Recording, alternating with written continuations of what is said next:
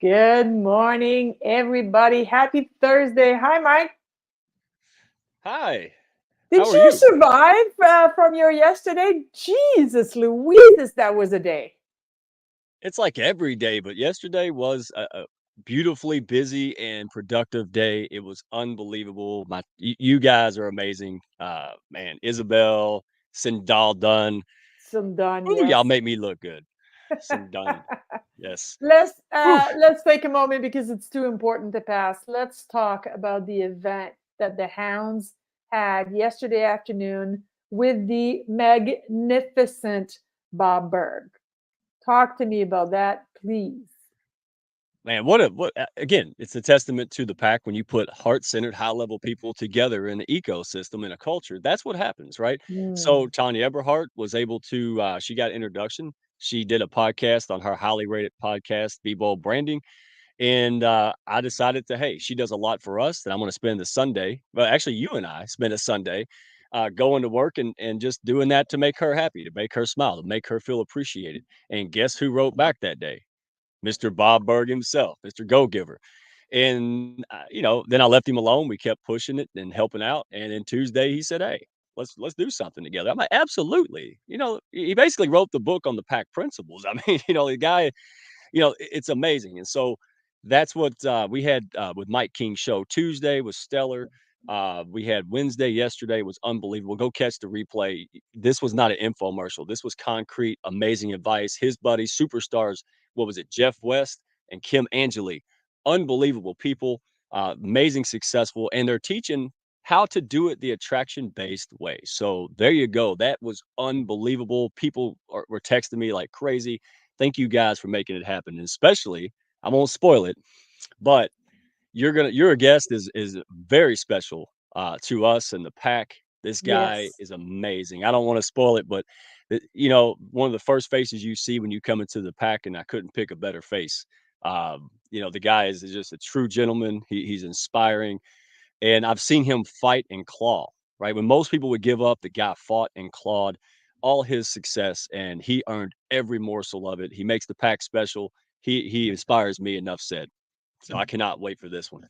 I totally agree with you. And so, without further ado, let's bring him up and let's roll that intro. Thanks for being here, guys. Thank you, Izzy. You're amazing. Thank you.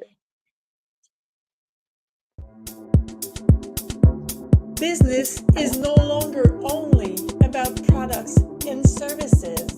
More than ever, it's about connection and community. Business is about people. And that's why I created these live events. Every week, join me in discovering one remarkable individual. No shop talk here. It's about who they are and not what they do. My name is Isabel Fortin, and welcome to People, Passion, and Purpose.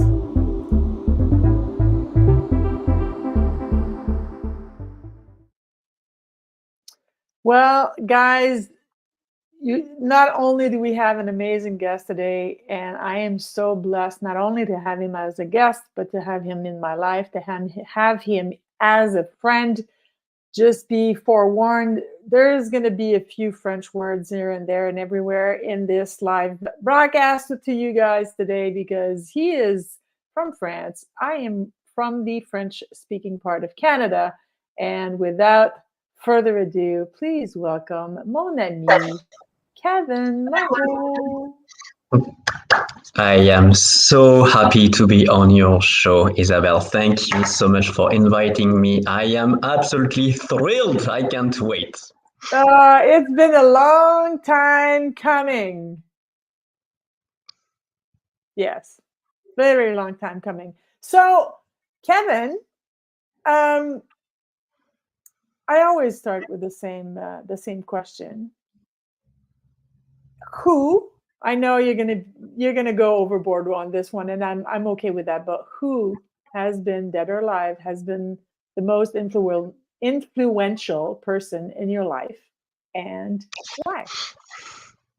So yeah, that's the thing. There are so many, and I won't go Oscar style, right? I won't tell you about all the people because nobody wants to hear that. But I have actually two sets of people.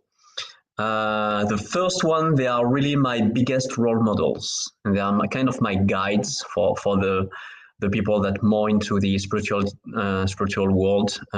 So I really consider them as my guides. And first and foremost, there is Sir Richard Branson. Like this man is who I want to be when I grow up, basically. Like that man has insane business acumen, Yes. more boldness than it ever can stick into one man, and he's so cool, he's so in flow, he's deeply spiritual, deeply physical, deeply warm and kind and generous. And this man, like, wow, like, mad respect to Sir Richard Branson. So that would be my number one. Another one, and I know our friend D Grant is a huge fan of him as well, Seth Godin. Seth I don't Godin know. is, oh, you absolutely want to know Seth Godin. He's like a superstar in the world of marketing, of branding, of difference and uniqueness. Like I will introduce you to Seth Godin the right way. So this man is like, wow, next level. And finally, Dave Grohl, Wow. current leader of the Foo Fighters and founder of the Foo Fighters and former drummer of Nirvana. And Mm-hmm. this man has insane musical skills, right? He self-taught. So he taught himself drums first, then guitar and singing, etc. Plus, he's such a human being, a wonderful, deeply caring and deeply authentic human being. So it's my three set of three, and actually, I most probably should add Keanu Reeves. I know it's one of your fellow Canadian fellows, so I guess at some point I will add Keanu, but he's not there yet. But he's getting close to He's enter on my. his way to the promotion, but he hasn't gotten it yet. Yeah, so this was set one. Okay. Set two, it's about the book authors. I love reading. I definitely don't take enough time to read these days. I really want to change that, but books, yeah, had deep impact. And I won't go into all my fantasy favorite authors like Lovecraft or Zelazny or those kind of guys. I'd rather focus on the personal development side of things, and two deeply impacted me. The first one, so I never can remember his name, so I have to write it down, is called Yongey Mingyo Rinpoche. He wrote The Joy of Living, and basically he explained to you why meditation works, both on the spiritual side of things and both on the very practical scientific side of things. So it's the perfect alliance between the East and the West.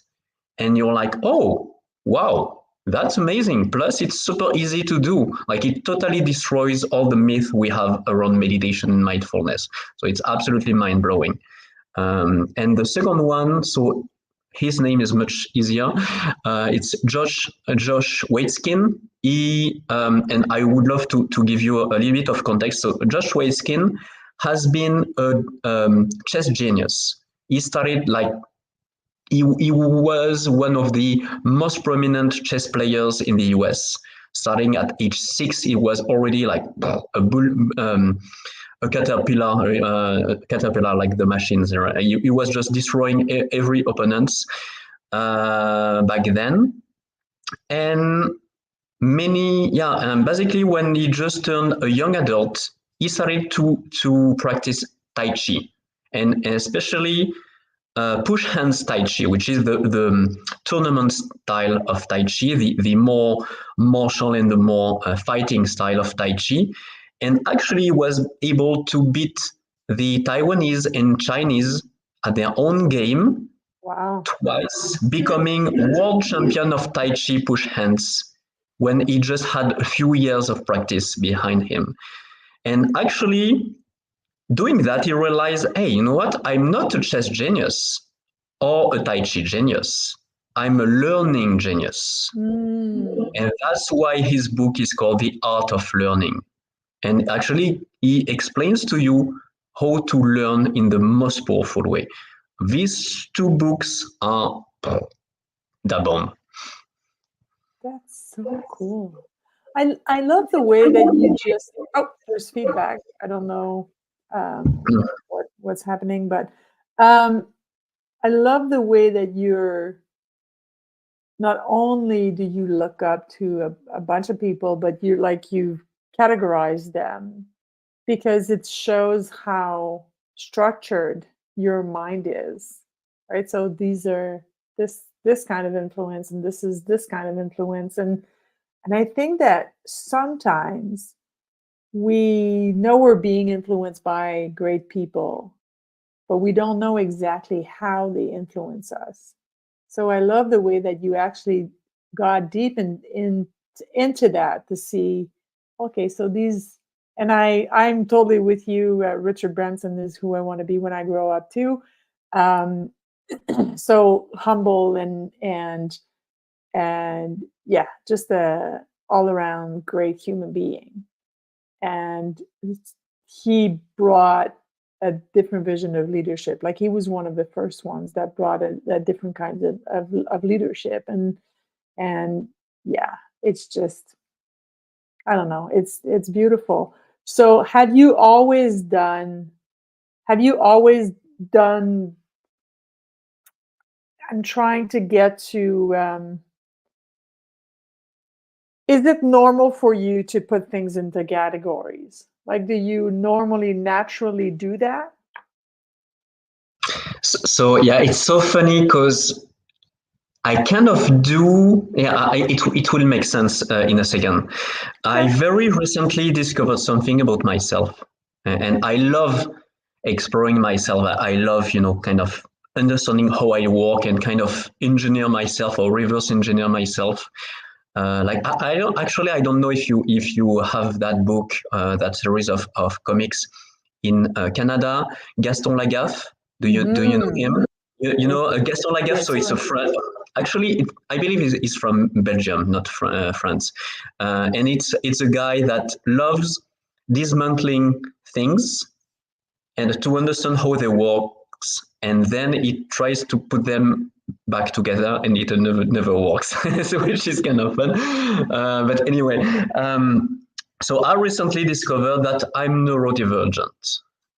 My brain works funny, and for the longest time, well, actually, that I knew I was thinking very differently from like basically forever. But the thing is, so for the longest time, I felt it was a curse. I felt I was broken. I didn't walk properly. I was, inadequate or anything like that. And it's kind of recent that I really claim that and own that. And now I see the amazing blessing in that, in thinking differently, having my brain literally wired differently. To me, it's extremely powerful. And to give you an example, most people have a linear thinking. I have what is called an arborescent thinking. So it goes like, which can be very fun and very useful, especially when you connect very far away dots. But the thing is, if you don't, if you're not very, very careful, it can invade you in no time. So basically, if I don't have some systems, if I don't categorize, if I don't have some form of structure, I drone. I just like my mind takes over, and I just lose myself into a kind of mind jungle, a kind of mind chaos. So my fellow neurodivergent, or at least some of them, because it's a big family, right? We're not all the same. You probably can relate about that mind jungle. And that's the thing. So when you are wired that way, you absolutely want to have some sort of structure. Otherwise, your inner chaos takes over. And don't get me wrong, when I say chaos, to me, it's not negative. Mm. It allows me to spark millions of ideas, things that no one else can come up with, but it comes with a price. So I better be sure the price is as low as possible and I can get the highest benefits from that.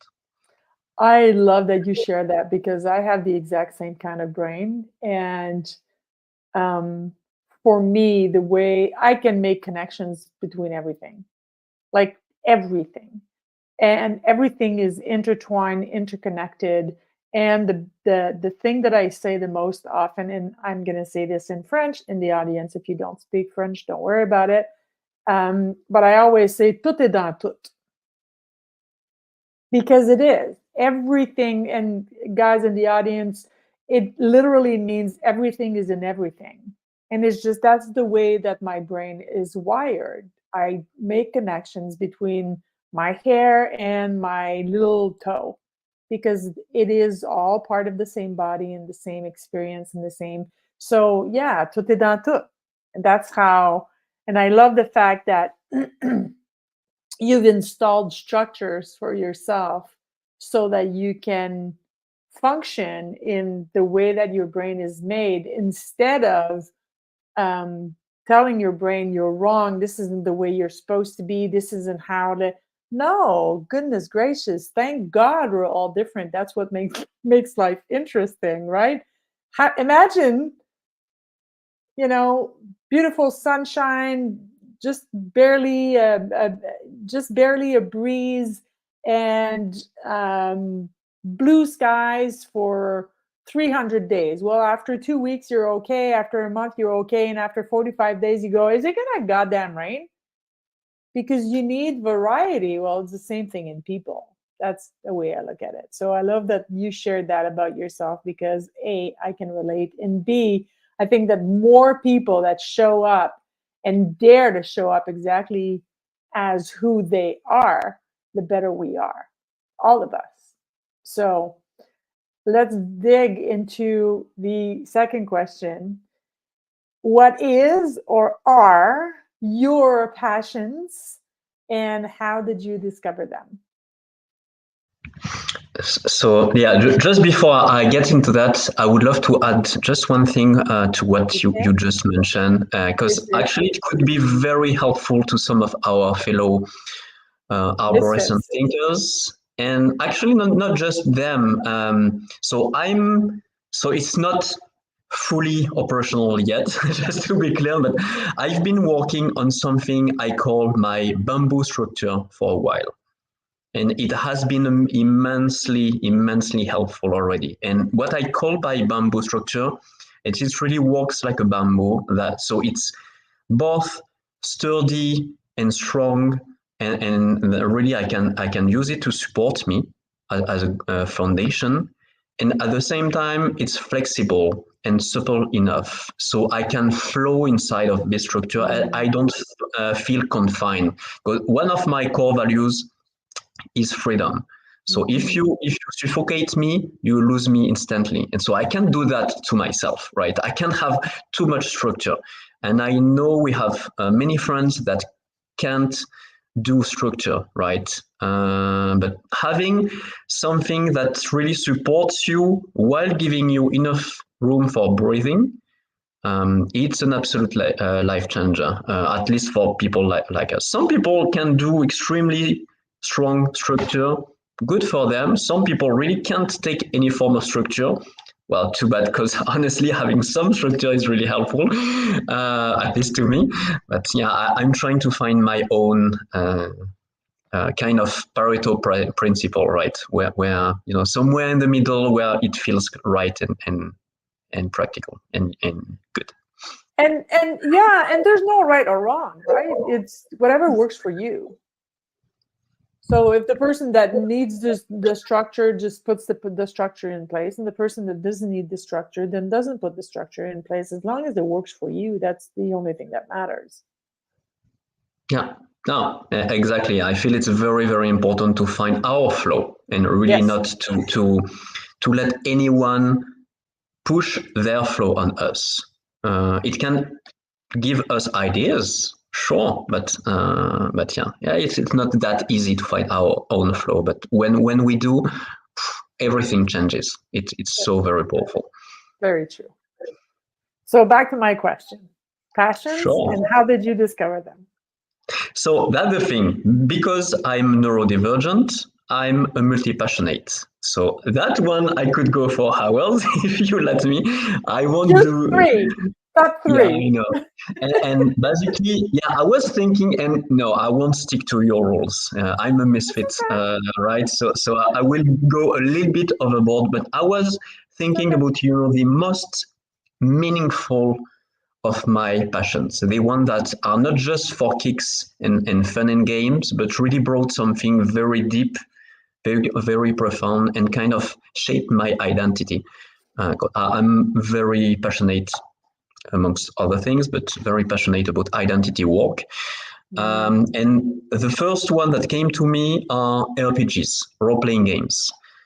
Those have been open to me an incredible door to so many other worlds and universes. So I discovered role playing games at age 12.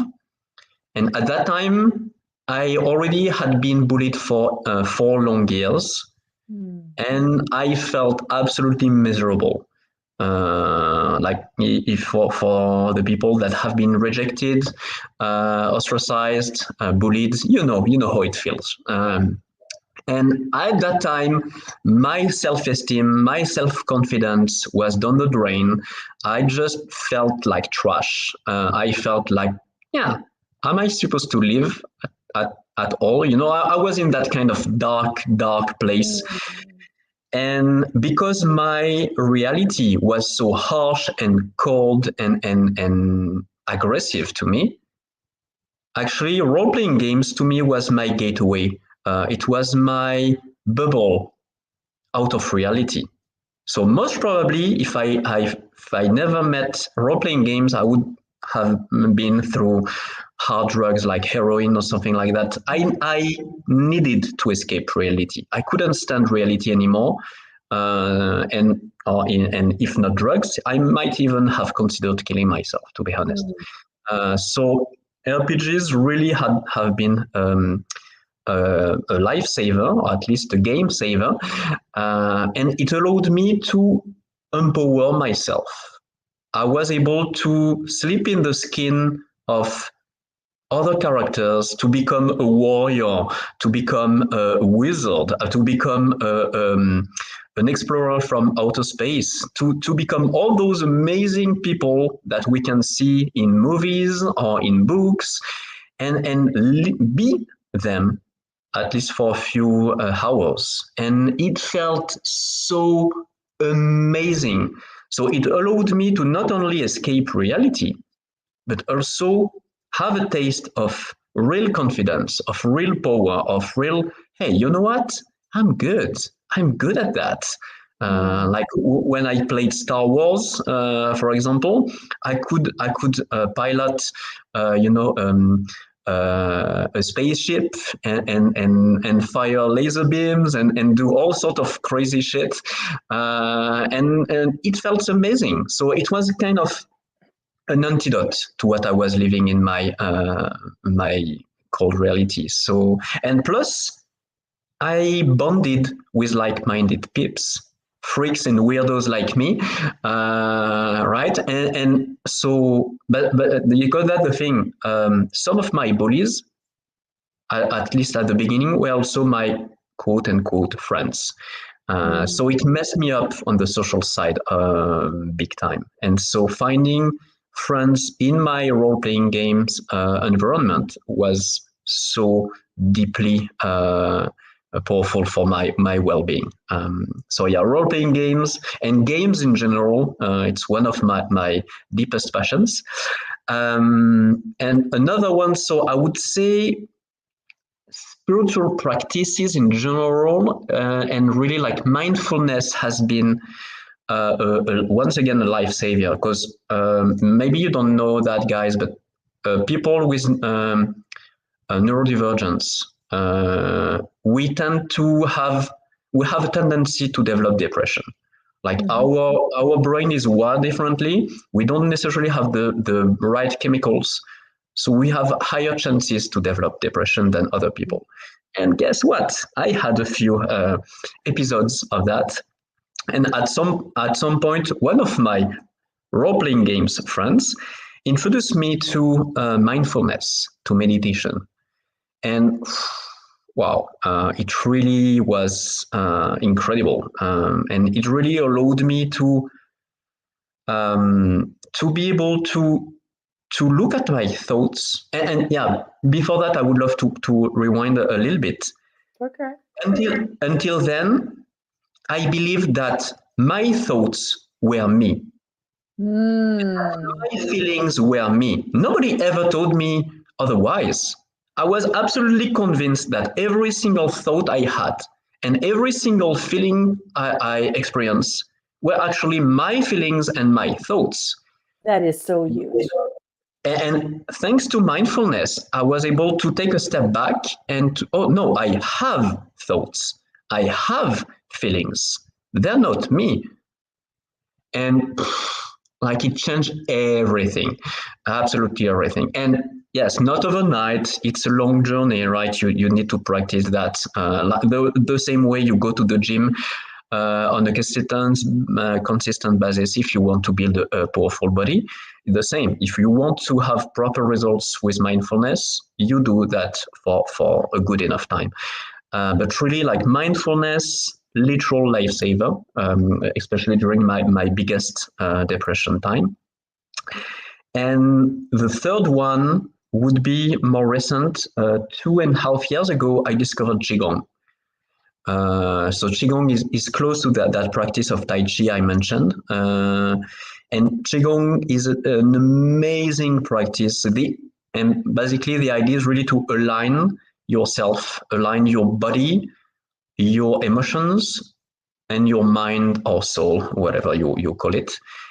And and just to give you an idea of how powerful it was and how impactful it was. So I'm a dancer. I started to dance at age 17, so I'm 46 now, so almost 30 years ago. And since I started to dance, I had routines, morning routines, so my body could be in flow. I could be, I could feel strong and supple and powerful in my own skin. And I had that daily routine for so 20 plus years. When I discovered Qigong, I started, like in the week following that, I started to have a Qigong routine besides my dance routine daily. Then after 1 week, I dropped altogether my dance routine. For the Qigong routine, never looked back. I dropped 20 plus years of something that was working, more or less, but was working well enough for something totally new, extremely powerful, and absolutely transformative. So it might give you an idea of how powerful Qigong was for me. It doesn't mean it would be the case for you, right? But really, Qigong, I invite you to check it out. To me, it was like, wow. So, yeah, go ahead, please. I was just gonna say it's the I can't remember how you named the first thing that you named, but the role-playing games, is that how it's called? Okay. So what I'm hearing from this is that, yeah, it allowed you to escape what you were going through in your reality, but I think it's more than this, because it did empower you, because when you became the king, or you became Superman, or you became, like a big role, whatever the roles were, you weren't playing. It was actually you tapping into this part of yourself. And that's why it was empowering. That's what I'm hearing from this, is that it's not only an escape, is that you're tapping into the parts of yourself you had never touched before because you were being belittled and because you were being bullied. So that's extremely powerful. I love that you mentioned that, and actually, I would like to build a little bit on that because, yeah, you're totally right. It's very very powerful. Just to give an example, so I see myself as a stained glass, like something similar to what's behind me, and so I really see myself with different fragments, different Hmm. shards of glass, of colored glass, that all together compose who Kevin Moreau, Mr. Mingle, is, right? Hmm. Like if I look at typically like astrologic Capricorn or Fire Snake or my human design or all those profiles, to me they give a taster of me. They give some light. They are a shard of my identity, of my personality. They allow me to understand better who I am. But they're merely a fragment, and it's really all the collection of all these fragments that makes sense when they're all put together. And you're absolutely correct. Thanks to role playing games, I've been able to explore many sides of my personality starting at age 12, which is fantastic. Plus, and that might be kind of controversial, but I feel it's extremely powerful. I enjoyed playing villains so very much. And there are many reasons for that. But very first, I've been bullied for years, right? I had so much rage, so much pain, so much hurt, and so much spite in me, so much poison. And I was poisoning myself because at some point I started to believe I was the reason why. Like I deserved that. I was a victim and I deserved to be punished for that. You know all those kind of bad negative loops, Yeah. right? And so I had a lot of poison inside of me that was kind of boiling. And it gave me the opportunity to kind of spit that poison, but not do that in the real world, which would lead me to jail or very bad outcomes, and I'd rather avoid that. So actually, it offered me a playground to do what some people call shadow work, when you actually explore your dark side, and because, yeah, let's be honest, we even, us light workers, even when we are on the path of serving others, of doing good on this world, guess what, we still have shadows in us. It's part of us, like as you said, everything is in everything. Mhm. Or like I'm a huge fan of the Tao, the Chinese Tao. This super corny sign of white and black with two drops. That's the thing. You can't have the white without the black. You can't have the light without the shadow, and vice versa. And actually, I see myself as three: light, dark, and wild. I have also a red side, and if you ever see me on the dance floor, you'll understand. Well, And we share that passion because I'm the same way. I If know. you, yeah, my passion shows in the way that I express myself, and then, but yeah, but I love what you just said, Kevin, because there cannot be real growth if you don't tap into your shadow. It's impossible.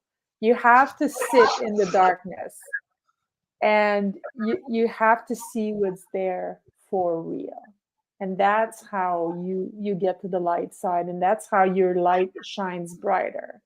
Yeah. So that's so important. um I say this on every podcast. I started this podcast because ever since I started this online journey, either I meet people who are looking for their purpose, their life's purpose, and their mission, or I am connected with people who help other people find their purpose. So, and that's why this show is called People, Passion, and Purpose. So, have you discovered your life's purpose? And if so, how? So actually, I would love to make a bridge between what we just mentioned about the shadow part of us and this purpose, because to me it's directly linked, and I would love to share a little story. So I've been certified as a life coach, and so I have plenty of peers of friends who are coaches as well. And so I benefited from a coaching session from one of these friends. And during this extremely impactful session, so I explored this shadow, and basically, so I have a giant shadow phoenix tattooed in my back, right? I will skip you the details unless you really want to know about it. But so during that session, I really saw myself as this shadow phoenix, and having the three tails of a phoenix. The tails of a phoenix are three, and I really saw those. So light, dark, and wild parts of me. And I felt at that time, so I was in a bad place at that time, and I felt really that the dark tail actually took the shape of shadow dragon, and the dragon was constricting me, was strangling me, and was suffocating me, and that was the reason why I felt so bad. And I felt during the session, I felt the urge to go and fight and defeat the dragon. Like my first name comes from Gavin, the Knight of the Round Table, right? Paragon of chivalry. So I had a plus role-playing games. So I've played so many warriors in my life. I lost count. So I had that and plus 20 plus years of martial arts. I have like a tendency to at least think about a martial solution. That would be kind of a default for me. It doesn't mean I will necessarily use it in real life, right? But it always is somewhere in my mind. So I had that natural reaction, and then I caught myself.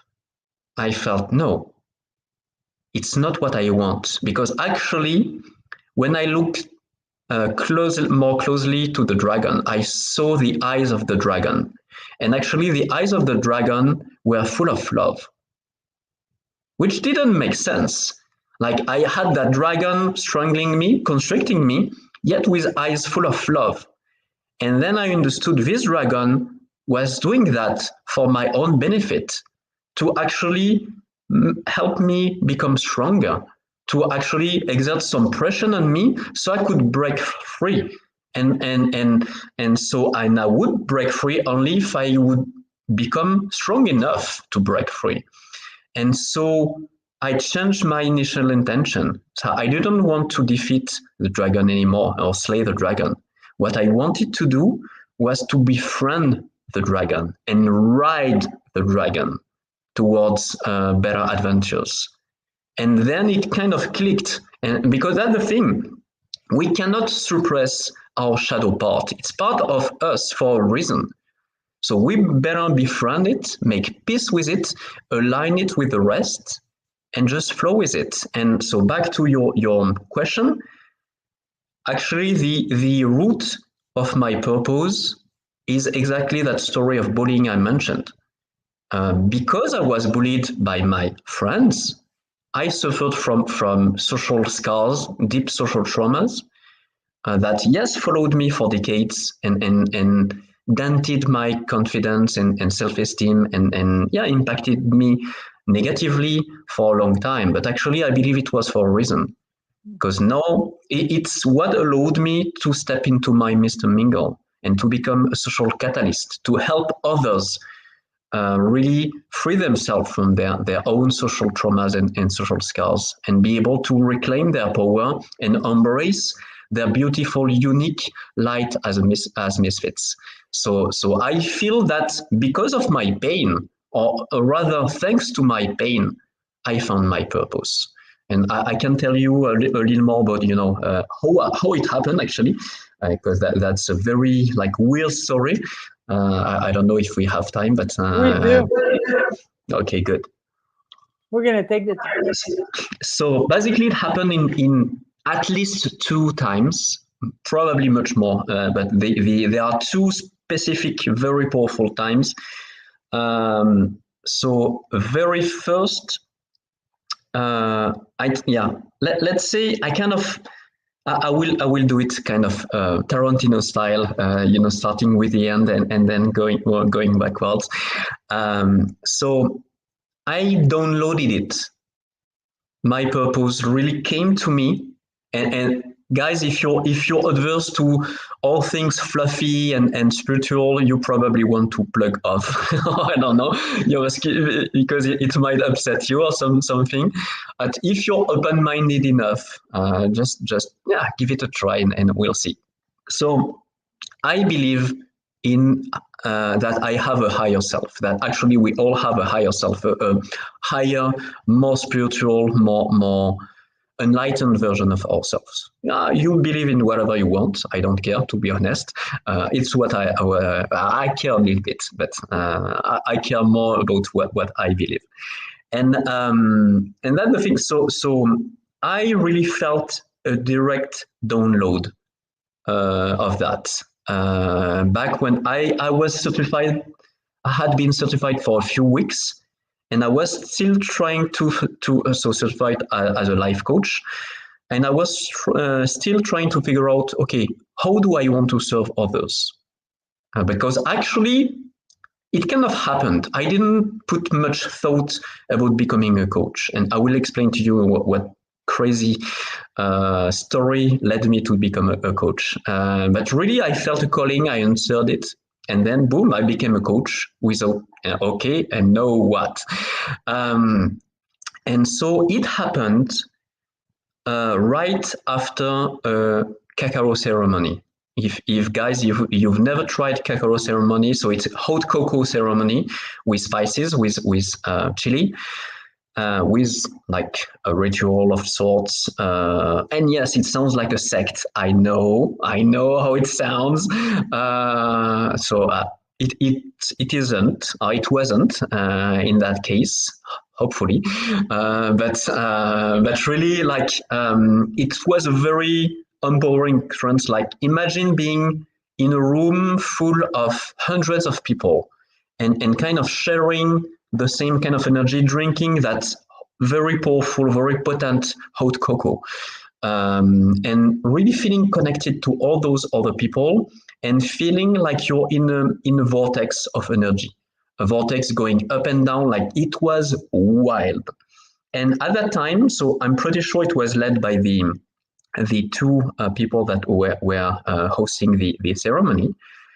And I felt the urge to ask myself, but actually my higher self, what is the thing inside of me that could benefit the world the most?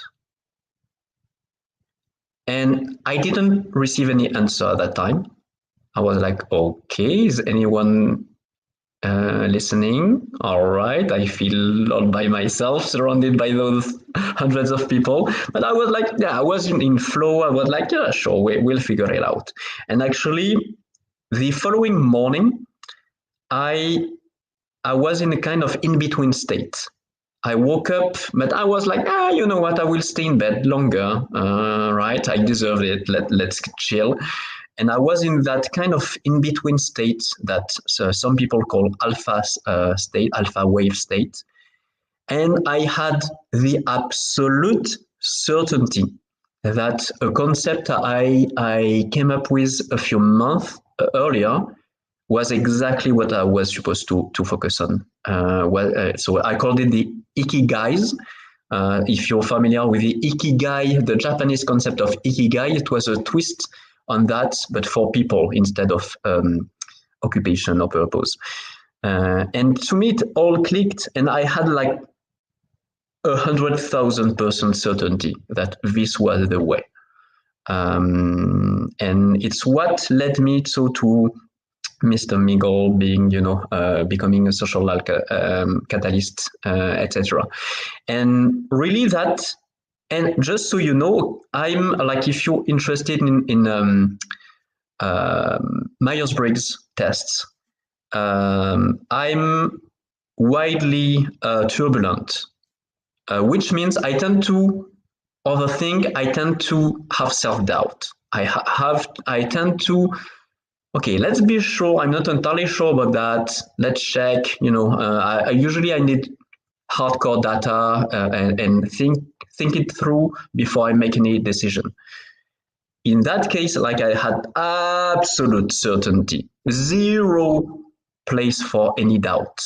This is rare. So if you're turbulent like me, usually when it hits you, like this one, it's a big one. I better pay attention.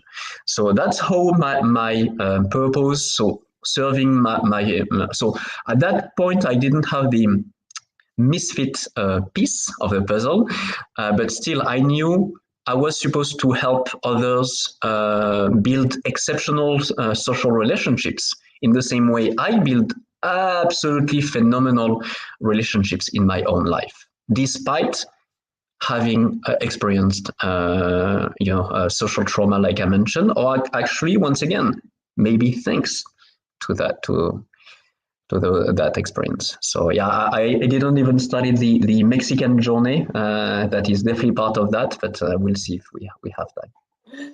It's I love everything that you just shared, because it's, the shadow, I'm back to the shadow work is, and I'm with you. People can believe in whatever you believe. I am for freedom for all. I do believe in a higher power, a higher self. And there's one thing that resonated with me when you were talking, is that, there's a lot of people saying, oh, why is this happening to me? And then there's the other people, that can shift their mindset to, no, it's happening for me. And I take this to the next level. It's not higher, it's another level. I'm not making myself grander than I am. I am who I am, but it is happening from me. I am creating this. So the dark side is part of you, and this dragon is not there to kill you. It's not there to make your life miserable. It is there to shine a light in the darkness so that you pay attention to the darkness. And one of the things that I love to do, it's not pleasant, guys. I'm not pretending that this is fun. It never gets fun, okay? But when there's pain, physical or emotional or traumatic things happening in my life, instead of trying to avoid the pain, I'll actually sit with the pain. And I'll look at the pain in the eyes and I'll say, why are you here? What have you come in my life to teach me?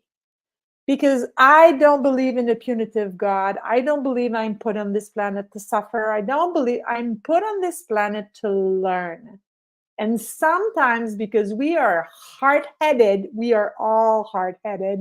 And when we don't want to learn something, we go, no, I'm not going to learn this. I don't want to learn this. I don't want to look at this. I don't want to learn this.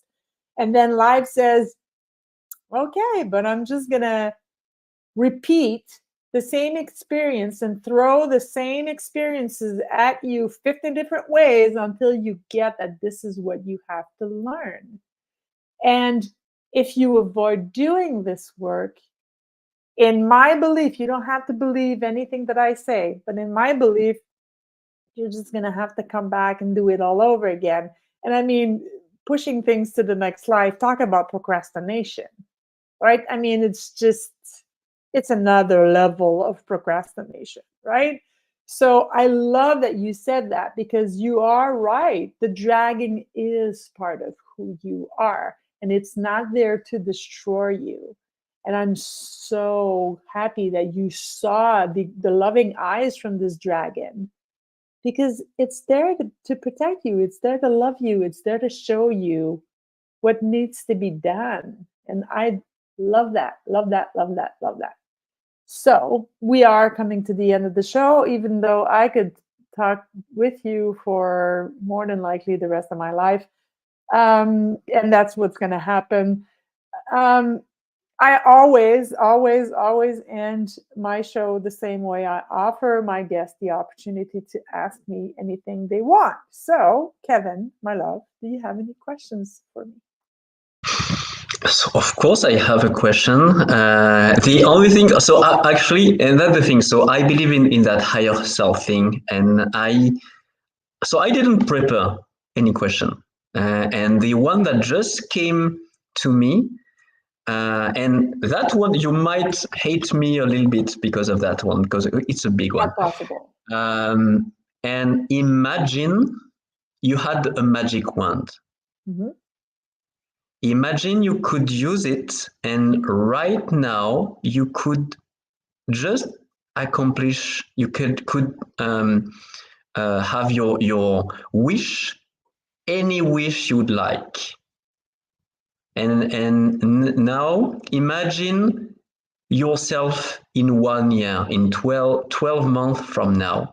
And imagine this wish came to fruition. Everything went amazingly well. Mhm.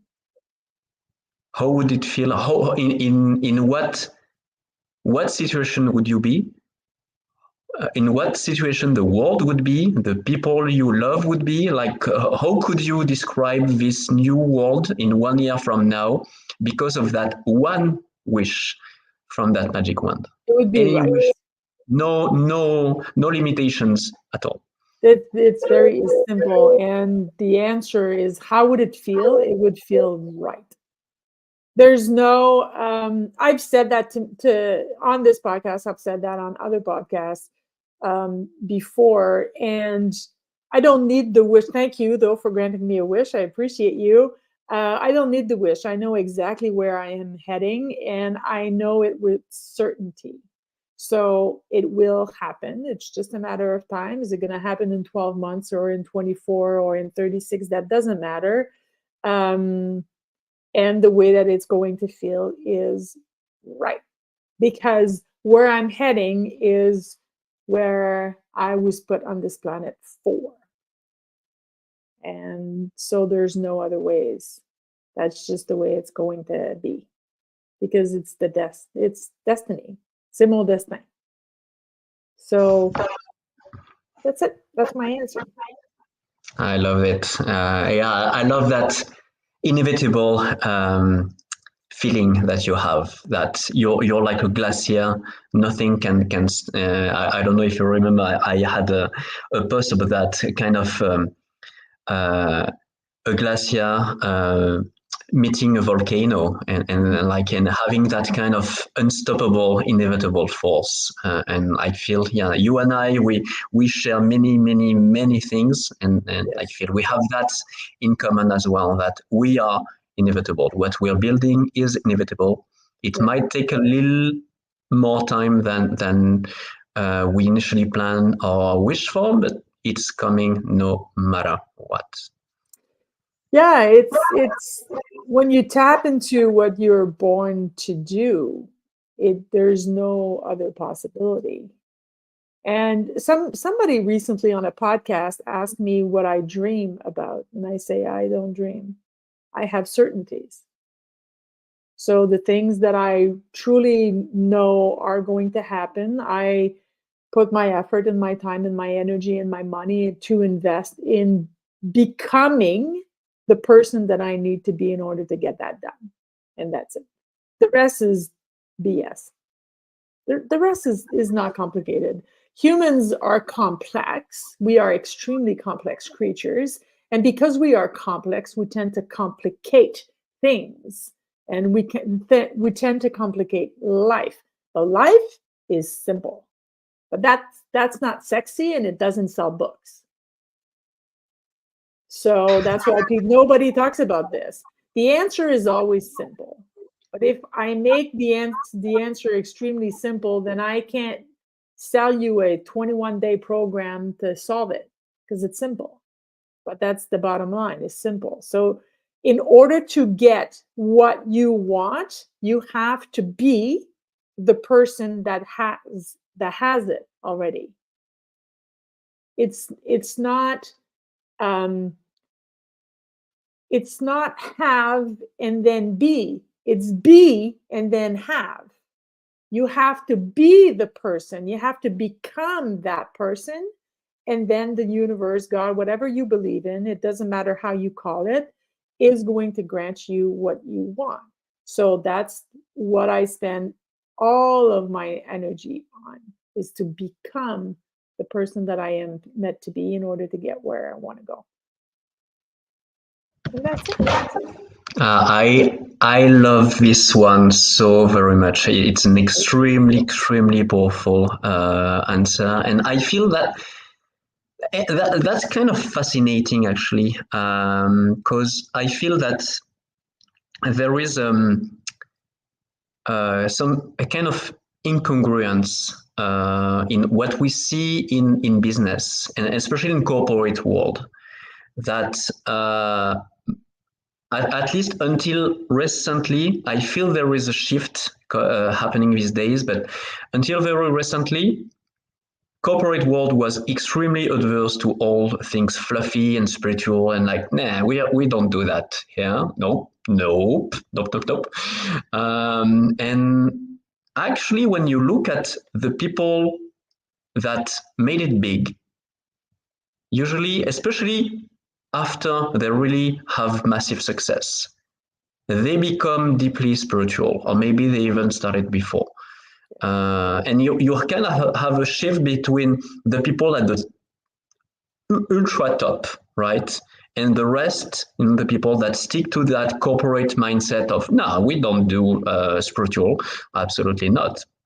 And actually, I feel that either some of the very successful, they have been able to become very successful despite not being spiritual, and good for them. They didn't. They achieved an amazing feat, and then they realized, hey, you know what? All that power, fame, and money, it doesn't fill my hole that I have inside of me. So I better do something about it. And then they start that spiritual journey. And other ones, it's actually by embracing that spiritual journey, or whatever you call it, and this inner work, that they will feel whole and aligned, and then it will magically happen, and it will kind of blossom naturally, flourish naturally. And I feel that yeah, and it's especially visible in business. In personal life, it makes more sense, the inner work, but in professional, on the professional side, that inner work, many people feel like, no, I'm supposed to work on my marketing or sales funnel and whatnot, my lead magnets, whatever, my network, which is a great idea, but still. Like the inner work, are you kidding me? This is for the new age, the tree huggers and all those weirdos. I don't do that. And actually, I feel they are so missing the point. And we absolutely want to be fully aligned first and foremost, and to really be fully grounded and having that. And we don't all need a deep purpose. We can achieve marvelous things without having a deep anchored purpose. But it changes everything.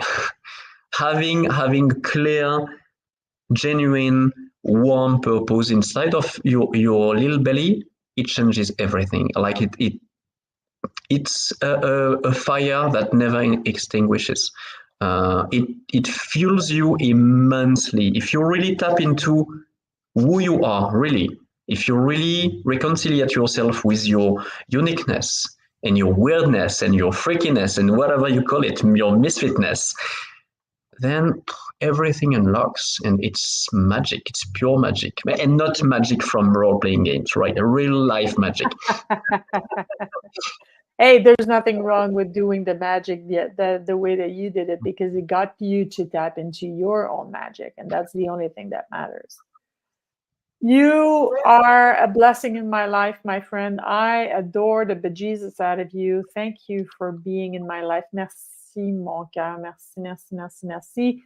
Merci d'avoir été ici avec moi aujourd'hui. Thank you for all of the audience Please come back next week. We're going to have another amazing guest, and I can't wait to talk to you again. Bye, everybody. Thank you. Bye bye, everybody.